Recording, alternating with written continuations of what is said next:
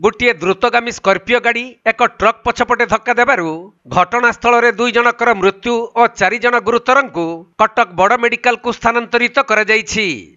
तेबे एपरी भयंकर दुर्घटना घटी 16 नंबर जातीय राजपथ स्थित भद्रक नालांग निकटरे। मिलिथिबा सूचना अनुसार पश्चिमबंग अंचलर किछि महिला और पुरुष माने गोटे स्कर्पियो गाड़ी रे पुरी अभिमुखे जाउथिले।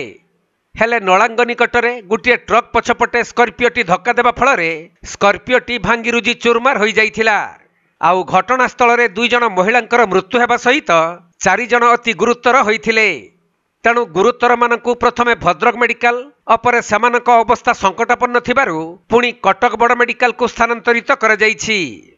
सेपटे एही दुर्घटना मृत्युवरण करिथिबा 2 जन महिला हेले पश्चिमबंग बेलगरिया थाना अंतर्गत 24 परगना अंचलर पंपा परिड़ा एवं संपा चौधुरी। खबर पाई घटनास्थल में पुलिस पहुंची दुर्घटना संपर्क में तदंत करिसेंती।